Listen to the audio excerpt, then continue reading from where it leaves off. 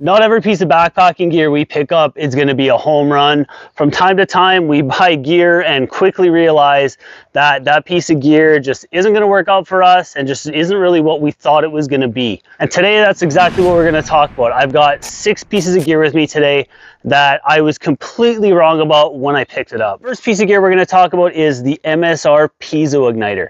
Now, I picked this up as just a different way of sparking up my stove. I thought, just the weight and size of it to just, constantly toss it in my stove. It's always going to work. It's not like a lighter where you're going to, possibly run out of lighter fluid. It weighs 13 grams or about half an ounce. So not really adding a whole lot of weight or bulk to my backpack. Pretty easy to operate. You just kind of pinch it between your fingers and this little black button here that, says push. You give that a little push, you get a nice little audible click, and then you probably can't see it, but you do get a nice little spark in the end here, and you use that to start up your stove. Now for me, this is a piece of gear that I was really wrong about, primarily because of the areas that I hike in, and I found for myself anytime that the Piezo Igniter is subject to any kind of humidity or moisture, it's just doesn't want to work. So this honestly only ever came on one backpacking trip with me. I took this on the Juan de Fuca trail when I hiked that in British Columbia, and I got rained on for 3.5 days straight and only ever had the Piezo Igniter work once. Luckily, I have my mini Bic lighter with me, and that's what I used to start up my stove for the entire rest of that trip. And this just kind of got stuck in one of those drawers in my gear room. Honestly, never to be seen again until we're shooting YouTube videos about pieces of gear that we are wrong about. Next up, we're going to talk about a piece of gear that I do actually still use, but I don't use it on backpacking trips anymore. Just primarily because of the size and bulk of it. It's pretty big for what it is. This is a Aukey 20,000 milliamp battery bank. It's like 13.5 ounces or like 380 grams. Picked this up in 2017 knowing that I had a 9-day backpacking trip coming up and I just needed, the 20,000 milliamps to keep all of my electronics running. And it did perform really well. It works extremely well as a battery bank. It's even got a little light on it. I don't know if you can see, but if you push and hold the power button, this kind of turns on. You get a little mini LED light. Just kind of a cool little feature. It's got a couple different outputs. You can charge multiple devices at once. Where this actually became a really big failure for me is the only way to charge this is through the lightning charger or the iPhone charger. I personally don't use iPhones at all. I'm not a fan of Apple products. I'm an Android guy all the way. So for me, just having to go out and buy a separate charging cord just to charge my battery bank was super annoying, and it was just kind of one of those things. It was in a mad rush to get a charging cord for this right before a backpacking trip so I could charge it up. And I got it going and I did use it, but just over time I've picked up smaller battery banks. But for me at the time when I picked this up, it was one of those things I really regretted just for the inability to charge it. I don't understand why anybody would put a lightning charger as the only way to charge a device. It's just the worst way to have to charge a device. This one may come as a bit of a shock. It's the Trekology Aluft 2.0. I have said a couple times that this is probably the best inflatable pillow out there. I do still think that the Aluft 2.0 is the best budget inflatable pillow out there. It may even be the best inflatable pillow out there. I've found for myself inflatable pillows just are not for me. Even having, the pad strap and the dots to hold this in place on your sleeping pad is really nice, but I can't bring myself to continually use an inflatable pillow. Truth be told, almost every backpacking trip that I have done, when I go to ground in the last couple years, even though I've had the Aluft 2.0 on my backpacking gear loadouts and I've said that I'm going to pack this, when it comes to actually packing for the backpacking trip, I honestly don't bring this at all. And I've just continually gone back to just using my clothes bag and just, throwing my puffy jacket over top and just sleeping on that. Even when I have the Aluft 2.0, I find just using my clothes bag is just a little better for me. I prefer a little bit of a firmer pillow. And, while this is pretty comfy and you can inflate it pretty good, for me, just inflatable pillows, honestly, it feels like you're laying on a bag of air, and it just doesn't work for me, unfortunately. Now this guy here is a piece of gear that I actually love.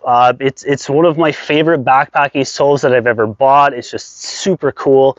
This is the Msr Micro Rocket. Now a lot of people don't really know about the Micro Rocket. This is like the predecessor of the Pocket Rocket 2. I actually picked this up as just kind of a pseudo replacement for my original Msr Pocket Rocket that it got lent out to a friend, and I just honestly never ended up getting it back. So I just kind of bit the bullet and went and bought the Msr Micro Rocket when it came out, and it works awesome. You know, at the time when I picked up the Msr Micro Rocket, there was another very, very popular stove kind of coming out, and I swore that that stove would never work. And that stove in question is the ever popular BRS 3000. And since picking up the BRS 3000, the Micro Rocket has only actually come out on one backpacking trip with me, and that was a trip I did with my fiance, where I just felt like, you know, the larger burner head on the Msr Micro Rocket was going to serve me a little bit better. But I do primarily camp by myself or just kind of pack for myself, and the BRS 3000 is my stove of choice if I'm going with a canister stove. The Micro Rocket is like 75 grams, whereas the BRS is 25 grams. So it's like a third the weight. It packs down literally to about the third the size. And the price of it, you know, you can get the BRS stove for like under 20 bucks a lot of times on Amazon. The Msr Micro Rocket, when I picked it up, was like 75 bucks. If I could go back and do it all again, I probably never would have bought the Micro Rocket, and I would have just picked up a BRS at the time. Now this is a piece of gear that for me in terms of backpacking wasn't really a huge big factor, but when I first started out shooting YouTube videos and, you know, doing filming out on trail, I had it in my head that the only successful way you could shoot footage out on trail, out on a backpacking trip, was with an action camera. I don't know what it was, but I just got that thought in my head that an action camera was the only way to go. And I wasn't really prepared to drop, you know, $400 to $500 on a GoPro at the time. I picked myself up this SJ cam. This is the SJ 4000. At the time, this was like the top of the line camera that SJ cam makes. The image stabilization on this camera is absolutely terrible. It's like non-existent. It's like the shakiest footage ever. You know, just I look back at these like epic places that I hiked to, and like the footage I shot in these places is like absolutely unusable. I can't use it for B-roll or for anything anymore. It's impossibly hard to watch. The sound quality on this camera is absolutely terrible. There's no way to put like an external mic on it. And I knew all these things going into it. I knew all these things when I bought it, and I was just convinced that, you know what, this is just going to work. It's just, this is what I'm going to end up using for my YouTube journey or all my YouTube videos.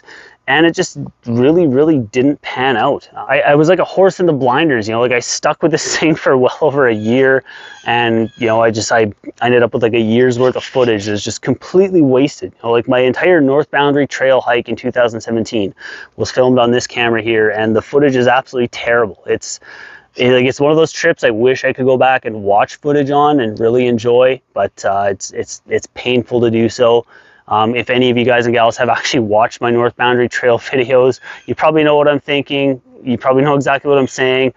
And thank you guys for bearing with that and getting through that. Yeah, just one of those things that I had it stuck in my head that this was the way to go, and it just really didn't pan out. This food and water dish that I picked up for my dog Remy when I started hiking with him, you know, it's got his name written on the front of it. Now this is pretty common. You see these in a lot of pet stores. You know, it's this zippered folding thing. It folds open, and you get like a food bowl and a water bowl that pop up, and you know, it's everything's together, and it's nice and it's cool, kind of cute, super handy, right? You know, you put water on one side, food on the other.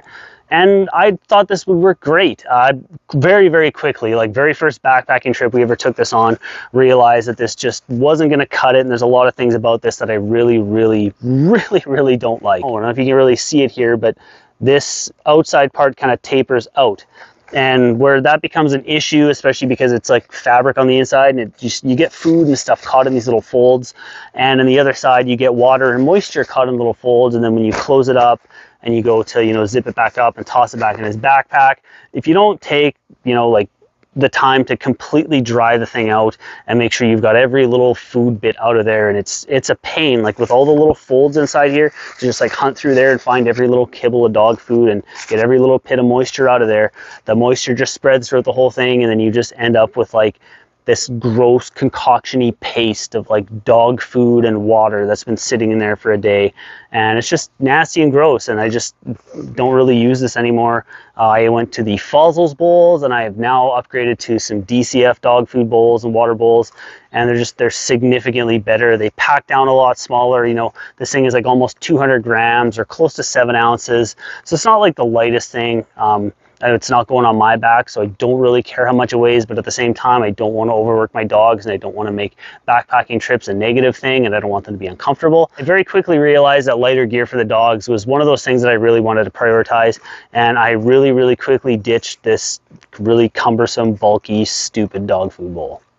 Now, if you enjoyed this little bit of a change, you know, talking about backpacking gear that doesn't really work for one person, as opposed to, you know, just all the gear that I absolutely love, and you guys want more of that kind of content, I've got a couple different videos right here on backpacking gear I've got no interest in whatsoever. So check those out when you're done with this one. And as always, I'm Matty. Thank you so much for watching. I'll see you on the next one. Go Oilers, go.